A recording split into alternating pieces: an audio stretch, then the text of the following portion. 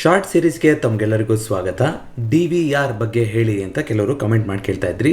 So DVR ಅಂತಂದರೆ differential voting rights ಅಂತ. Differential voting rights ಅಂದರೆ ಏನು ಅಂದರೆ, ನೀವು ಒಂದು ಕಂಪನಿಯ ಶೇರ್ಗಳನ್ನು ಕೊಂಡ್ಕೊತಾ ಇದ್ದೀರಾ ಅಂತಂದರೆ ನೀವು ಅದರ ಪಾಲುದಾರರಾಗ್ತಾ ಇದ್ದೀರಾ ಅಂತ ಎಲ್ಲ ಕಡೆ ಕೇಳ್ತಾ ಇರ್ತಾರಲ್ವ. ಆ ಕಂಪನಿಯ ಪಾಲುದಾರ ಆಗಿರ್ತೀರಾ, ಆ ಶೇರ್ ಓನರ್ಶಿಪ್ ನಿಮಗೆ ಸಿಗ್ತಾ ಹೋಗುತ್ತೆ ಅಂತ. ಓನರ್ಶಿಪ್ ಅಂದರೆ ಏನೇನು ಸಿಗ್ತಾ ಹೋಗುತ್ತೆ ಅನ್ನೋದಕ್ಕೆ ನಾನು ಷೇರುದಾರರಿಗಿರುವ ಪ್ರಯೋಜನಗಳು ಅಂತ ಒಂದು ಡೆಡಿಕೇಟೆಡ್ ವಿಡಿಯೋ ಮಾಡಿದ್ದೀನಿ ಶಾರ್ಟ್ ಸೀರೀಸಲ್ಲಿ.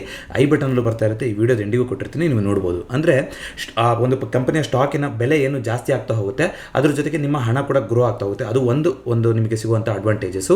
ಜೊತೆಗೆ ನಿಮಗೆ ಡಿವಿಡೆಂಟ್ ಅಂತ ಕೊಡ್ತಾರೆ, ಕ್ವಾರ್ಟರ್ಲಿ ರಿಸಲ್ಟ್ಸ್ ಬಂದಾಗ ಅಥವಾ ಸೆಮಿ ಆ್ಯನ್ಯುಯಲಿ ಬೇಸಿಸಲ್ಲಿ ಡಿವಿಡೆಂಟ್ ಕೊಡ್ತಾರೆ, ಅದು ಒಂದು ಇನ್ಕಮ್ ಸಿಗ್ತಾ ಹೋಗುತ್ತೆ.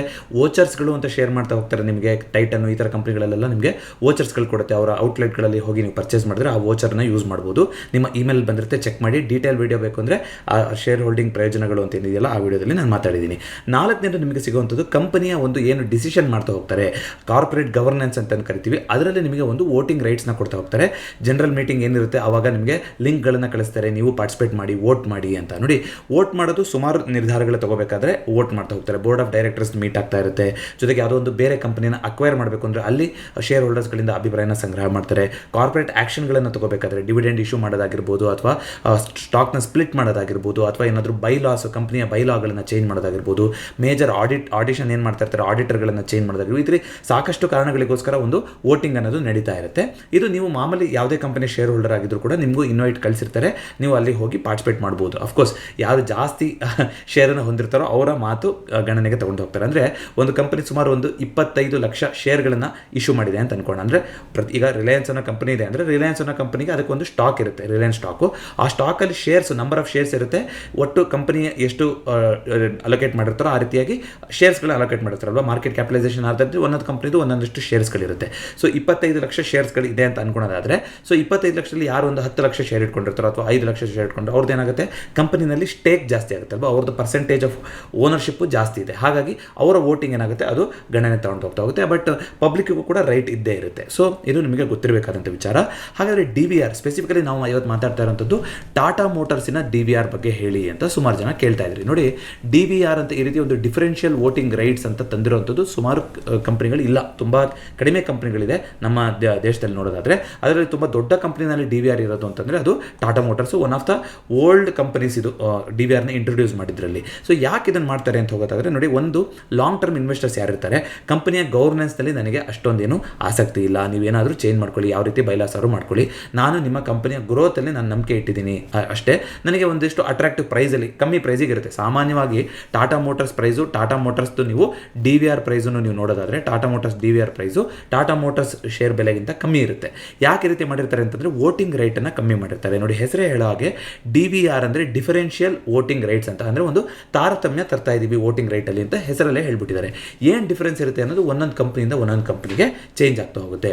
ಉದಾಹರಣೆಗೆ ಟಾಟಾ ಮೋಟಾರ್ಸ್ ಅನ್ನೋ ಕಂಪ್ನಿನಲ್ಲಿ ನೀವು ನೋಡೋದಾದರೆ, ನಾರ್ಮಲ್ ಟಾಟಾ ಮೋಟಾರ್ಸ್ ಶೇರ್ಸ್ ಏನು ಹೊಂದಿರ್ತಾರೋ ಅವರಿಗೆ ಒಂದು ಶೇರಿಗೆ ಒಂದು ವೋಟಿಂಗ್ ರೈಟ್ ಅಂತ ನೀವು ಕನ್ಸಿಡರ್ ಮಾಡೋದಾದರೆ, ಇದರಲ್ಲಿ ಏನು ಮಾಡ್ತಾರೆ, 10 ಶೇರಿಗೆ ಒಂದು ವೋಟಿಂಗ್ ರೈಟ್ ಅಂತ ಕನ್ಸಿಡರ್ ಮಾಡಿದ್ದಾರೆ DVR ಅಲ್ಲಿ. ಅಂದರೆ 1/10 ಸೆಟ್ ಮಾಡಿಟ್ಟಿದ್ದಾರೆ. ಇದು 1/10 ಆಗಿರಬೇಕು ಅಂತೇನಿಲ್ಲ, 100th ಮಾಡಿರ್ಬೋದು, 120th ಮಾಡಿರ್ಬೋದು, ಕಂಪನಿಯಿಂದ ಕಂಪನಿಗೆ ಬೇರೆ ಆಗ್ತಾ ಹೋಗುತ್ತೆ. ಬಟ್ ಟಾಟಾ ಮೋಟಾರ್ಸ್ DVR ಅಲ್ಲೂ ನೀವು ನೋಡೋದಾದರೆ ವೋಟಿಂಗ್ ರೈಟ್ಸು 10ರಲ್ಲಿ 1 ಭಾಗ ಕೊಡ್ತಾರೆ ಅಷ್ಟೇ. ಅಂದರೆ ಇಲ್ಲಿ ಒಂದು ಶೇರ್ ಇಟ್ಕೊಂಡಿರೋರ್ದು ಒಂದು ವೋಟ್ ಅಂತ ಕನ್ಸಿಡರ್ ಮಾಡೋದಾದರೆ, ಇಲ್ಲಿ ನಿಮ್ಮ ಹತ್ರ 10 ಶೇರ್ ಇದ್ದರೆ ಮಾತ್ರ ಅದನ್ನು ನಾವು ಒಂದು ವೋಟ್ ಅಂತ ಕನ್ಸಿಡರ್ ಮಾಡ್ತಾ ಹೋಗ್ತಾರೆ ಟಾಟಾ ಮೋಟಾರ್ಸ್ DVR ಅಲ್ಲಿ.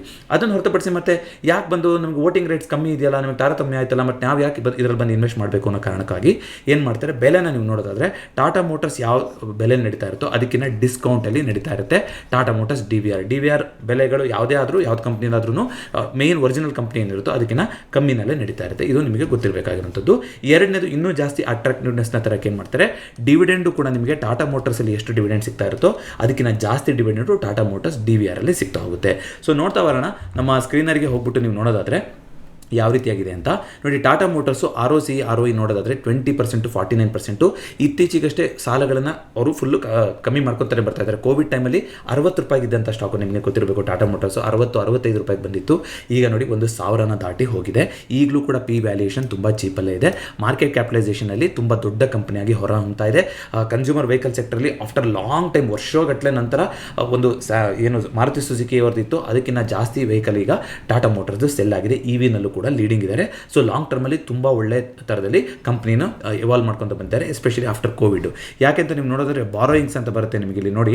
ಸೊ ಬಾರೋಯಿಂಗ್ಸ್ ನೀವು ನೋಡೋದಾದ್ರೆ ಕಂಪ್ನಿನಲ್ಲಿ ಕೋವಿಡ್ ಟೈಮಲ್ಲಿ ತುಂಬ ಜಾಸ್ತಿ ಆಗ್ತಾ ಹೋಗಿತ್ತು. 1,24,000 ಕೋಟಿಲೇ ಇರುತ್ತೆ ಇದು. ಸೊ 1,24,000 ಕೋಟಿ ಸಾಲ ಮಾಡ್ಕೊಂಡಿದ್ರು 2021-2022 ತನಕ. ಅದು ತುಂಬ ಜಾಸ್ತಿನೇ ಆಗ್ತಾ ಹೋಯಿತು. ಆದರೆ ಈಗ ನೋಡಿ ಸೇಲ್ ಜಾಸ್ತಿ ಆಗಿದೆ, ಕಂಪನಿ ಪ್ರಾಫಿಟಬಿಲಿಟಿ ಚೆನ್ನಾಗಿ ಆಗ್ತಾ ಇದೆ. ಈಗ ನೀವು ನೋಡ್ತಾ ಬರೋದಾದ್ರೆ ವರ್ಷದಿಂದ ವರ್ಷಕ್ಕೆ ಕಮ್ಮಿ ಆಗ್ತಾನೆ ಬಂದಿದ್ದಾರೆ. 1,46,000 ರೀಚ್ ಆಗಿದ್ದಂಥ ಒಂದು ಇಯರ್ ಆನ್ ಇಯರ್ ಬೇಸಿಸ್ ಅಲ್ಲಿ ನೋಡೋದಾದ್ರೆ ಬ್ಯಾಲೆನ್ಸ್ ಶೀಟ್ ಅಲ್ಲಿ ಇದ್ದಂತಹ ಸಾಲ ಈಗ 1,07,000 ಕೋಟಿಗೆ ಬಂದಿದೆ. 2026 ಹೊತ್ತಿಗೆ ಇವರು ಕಂಪ್ಲೀಟ್ ಆಗಿ ಡೆಟ್ ಝೀರೋ ಕಂಪನಿ ಆಗ್ತೀವಿ ಅಂತ ಹೇಳಿದ್ದಾರೆ. ಕಂಪನಿಯ ಒಂದು ಪ್ರಾಫಿಟಬಿಲಿಟಿ ಅವ್ರು ಏನೇನು ಹೊಸ ವೆಹಿಕಲ್ಗಳನ್ನು ತರ್ತಾ ಇರೋದು ನೋಡಿದ್ರೆ ಅದು ಸಾಧ್ಯ ಇದೆ ಅಂತಲೇ ಅನಿಸುತ್ತೆ. ಸೊ ಟಾಟಾ ಮೋಟರ್ಸಲ್ಲಿ ಲಾಂಗ್ ಟರ್ಮಲ್ಲಿ ಅವರು ಮಾಡ್ತಿರುವಂಥ ಬಿಸ್ನೆಸ್ಸಿಗೆ, ಸೇಲ್ಸಿಗೆ, ಅರ್ನಿಂಗ್ ಪರ್ ಶೇರ್ ನೋಡೋದಾದರೆ ಅಥವಾ ಬುಕ್ ವ್ಯಾಲ್ಯೂ ಅಂತ ನೋಡೋದಾದ್ರೆ, ಇವಾಗ ಪಿ ಅಂತ ನೋಡೋದಾದ್ರೆ ಇನ್ನೂ ಕೂಡ ಮೇಲೆ ಹೋಗುವಂಥ ಗೋಚರಗಳು ಕಾಣಿಸ್ತಾ ಇದೆ. ಆ ರೀತಿ ಕಾಣಿಸ್ತಾ ಇದೆ. ಯಾಕಂದರೆ ಇದು ಮೋಸ್ಟ್ ಫೇಮಸ್ ಇವ್ರದ್ದು ಎಲ್ಲಿರೋದು ಹೇಳಿ ರೆವೆನ್ಯೂ ಲ್ಯಾಂಡ್ ರೋವರ್ ನೋಡಿ ಯುರೋಪಲ್ಲೂ ಕೂಡ ಬಿಸ್ನೆಸ್ ಇದೆ. ಸೊ ಜಾಗ್ವಾರ್ ಲ್ಯಾಂಡ್ ರೋವರ್ ಎಲ್ಲ ನಿಮ್ಗೆ ಗೊತ್ತಿರಿ ಎಷ್ಟು ಕಾಸ್ಟ್ಲಿ ವೆಹಿಕಲ್ ಅಂತ, ಕೋಟಿಗಟ್ಟಲೆ ಇರುತ್ತೆ. ಅದೇ 69% ರೆವೆನ್ಯೂ ತರ್ತಾ ಇರೋಂಥದ್ದು. ಅದೇ ರೀತಿಯಾಗಿ ಪ್ಯಾಸೆಂಜರ್ ವೆಹಿಕಲ್ಸಲ್ಲಿ, ಕಮರ್ಷಿಯಲ್ ವೆಹಿಕಲ್ಸಲ್ಲೂ ಕೂಡ ಇವಾಗ ತುಂಬ ದೊಡ್ಡ ಬದಲಾವಣೆ ಆಗ್ತಿದೆ. ಎಸ್ಪೆಷಲಿ ಹಿಂದೆ ಎಲ್ಲ ಈ ಇಂಡಿಗೋ ಈ ಥರ ಎಲ್ಲ ಕಾರ್ ಬರ್ತಾ ಇತ್ತು, ಅದು ಆ ಕ್ಯಾಬು ಈ ಸರ್ವಿಸಿಗೆ ಜಾಸ್ತಿ ಇರ್ತಾ ಇತ್ತು. ಅಂದರೆ ಏನೋ ಒಂದು ಪ್ಯಾಸೆಂಜರ್ ವೆಹಿಕಲ್ಸ್ ಏನು ಕ್ಯಾಬ್ ಆಗಿ ಯೂಸ್ ಮಾಡ್ತಾರೆ ಆ ರೀತಿ ಜಾಸ್ತಿ ಇತ್ತು. ಕನ್ಸ್ಯೂಮರ್ ವೆಹಿಕಲ್ಸ್ ಆಗಿ ಯೂಸ್ ಮಾಡ್ತಾ ಇದ್ದು, ಕಮರ್ಷಿಯಲ್ ವೆಹಿಕಲ್ಸ್ ಆಗಿ ಜಾಸ್ತಿ ಇರ್ತಾ ಇತ್ತು, ಪ್ಯಾಸೆಂಜರ್ ವೆಹಿಕಲ್ಸ್ ಆಗಿದ್ದು ಕಮ್ಮಿ ಇರ್ತಾ ಇತ್ತು. ಕರೆಕ್ಟಾ? ಈಗ ಕಮರ್ಷಿಯಲ್ ವೆಹಿಕಲ್ಸಿಂದ ಪ್ಯಾಸೆಂಜರ್ ವೆಹಿಕಲ್ ಶೇರು ಇನ್ಕ್ರೀಸ್ ಆಗ್ತಾ ಇದೆ. ಅಂದರೆ ನಾರ್ಮಲ್ ಜನಸಾಮಾನ್ಯರು ಕೂಡ ಟಾಟಾ ಮೋಟರ್ಸ್ನ ಆ ಒಂದು ಪ್ರೀಮಿಯಮ್ನೆಸ್ನ ತಂದಿರೋದ್ರಿಂದ ಜಾಸ್ತಿ ಆಗ್ತಾಯಿದೆ. ಆದರೆ ನೀವು ಇದನ್ನು ನೋಡೋದು ಕಮ್ಮಿ ಆಗಿದೆ. ಏನು ಕ್ಯಾಬು ಈ ರೀತಿ ಕಮರ್ಷಿಯಲ್ ವೆಹಿಕಲ್ ಆಗಿದ್ದಂಥದ್ದು ಕಮ್ಮಿ ಆಗಿದೆ. ಅಂದರೆ ಇವ್ರದ್ದು ಅದಲ್ಲದೆ ಟಾಟಾ ಏಸು ಈ ಥರ ಲಗೇಜ್ ಗಾಡಿ, ಕಮರ್ಷಿಯಲ್ ಗಾಡಿ ಆ ಥರದ್ದು ಇದೆ ಅಲ್ವಾ. ಬಟ್ ನಾನು ಹೇಳ್ತಾ ಇರೋದು ಪ್ಯಾಸೆಂಜರ್ ವೆಹಿಕಲ್ಸಲ್ಲಿ ಅದರಲ್ಲಿ ಕಮರ್ಷಿಯಲ್ ಆಗಿ ಉಪಯೋಗಿಸೋಂಥದ್ದು ಪರ್ಸೆಂಟೇಜ್ ಕಮ್ಮಿ ಆಗ್ತಾ ಇದೆ, ಜನ ತಗೊಳ್ತಾ ಇರೋದೇ ಜಾಸ್ತಿ ಆಗ್ತಾ ಇದೆ. ಸೊ ಜಾಯಿಂಟ್ ವೆಂಚರ್ಗಳು ಕೂಡ ಇದೆ.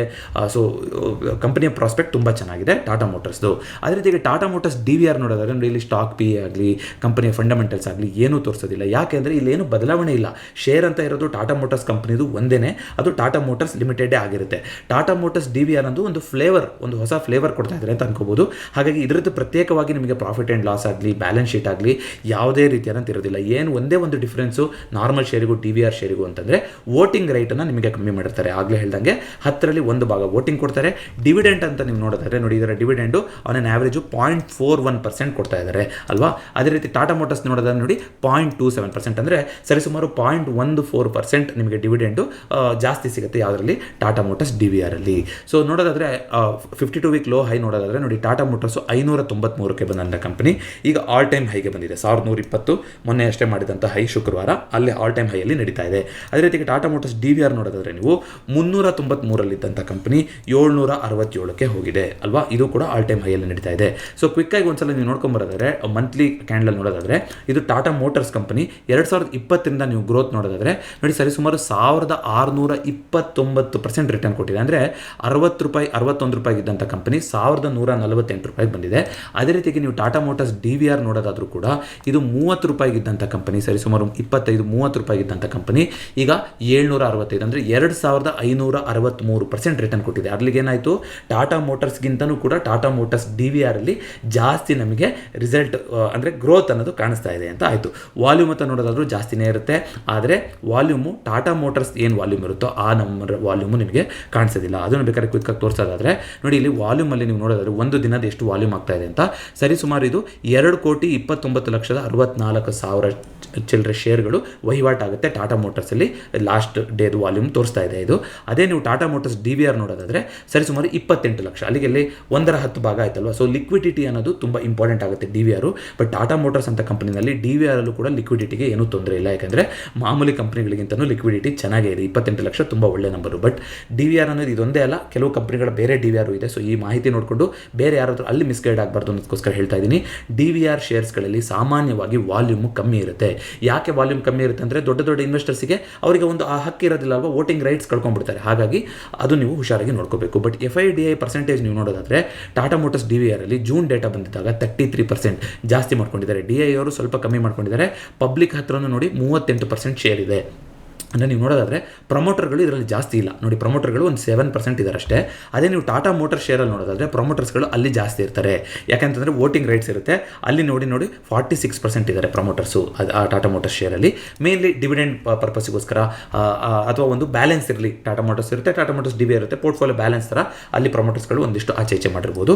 ಸೊ ಒಂದು ಕನ್ಕ್ಲೂಸಿವ್ ಉತ್ತರ ಅನ್ನೋದು ಇಲ್ಲ. ಬಟ್ ಟಾಟಾ ಮೋಟರ್ಸ್ ಅನ್ನೋ ಒಂದು ಎಕ್ಸಾಂಪಲ್ ತೊಗೊಂಡು ಹೇಳೋದಾದರೆ ಟಾಟಾ ಮೋಟರ್ಸ್ DVR ಡಿವಿಡೆಂಡು ಚೆನ್ನಾಗಿ ಕೊಟ್ಟಿದೆ ಹಿಸ್ಟಾರಿಕಲಿ. ಅದೇ ರೀತಿಗೆ ಪರ್ಫಾರ್ಮೆನ್ಸು 2020 ನೋಡೋದಾದರೆ ಟಾಟಾ ಮೋಟರ್ಸ್ ಇಂತ ಜಾಸ್ತಿನೇ ಪರ್ಫಾರ್ಮೆನ್ಸ್ ಕೊಟ್ಟಿದೆ. ಹಾಗಾಗಿ ಟಾಟಾ ಮೋಟರ್ಸ್ DVRನ ಕನ್ಸಿಡರ್ ಮಾಡಲಿಕ್ಕೆ ಯಾವುದೇ ರೀತಿಯಂಥ ಅಡಚಣೆ ಇಲ್ಲ. ಇತ್ತೀಚೆಗಷ್ಟೇ ಒಂದು ಡೈಲಿ ಕ್ಯಾಂಡಲ್ ನೋಡೋದಾದರೆ ಎರಡೂ ಕಂಪನಿಗಳು ಕೂಡ ಒಂದು ಇಂಪಾರ್ಟೆಂಟ್ ಆದಂಥ ಆಲ್ ಟೈಮ್ ಹೈಯಲ್ಲಿ ಬಸ್ ಸ್ಟ್ಯಾಂಡ್ನ ಕೂಡ ಬ್ರೇಕ್ಔಟ್ ಮಾಡ್ತಾ ಇದೆ. ಸೊ ಇದು ಟಾಟಾ ಮೋಟರ್ಸ್ ಮತ್ತು ಟಾಟಾ ಮೋಟರ್ಸ್ DVR ಎಕ್ಸಾಂಪಲ್ ಜೊತೆಗೆ DVR ಶೇರ್ಗಳಂದರೆ ಏನು ಅಂತ ತಿಳಿಸ್ಕೊಡುವಂಥ ಪ್ರಯತ್ನ ಆಗಿತ್ತು. ಈ ಶಾರ್ಟ್ ಸೀರೀಸ್ ಇಷ್ಟ ಆಗಿದ್ದರೆ ವಿಡಿಯೋನ ಲೈಕ್ ಮಾಡಿ ಹಾಗೂ ಚಾನಲ್ಗೆ ಸಬ್ಸ್ಕ್ರೈಬ್ ಮಾಡಿ. ಮತ್ತೊಮ್ಮೆ ಭೇಟಿಯಾಗೋಣ. ಎಲ್ಲರಿಗೂ ನಮಸ್ಕಾರ.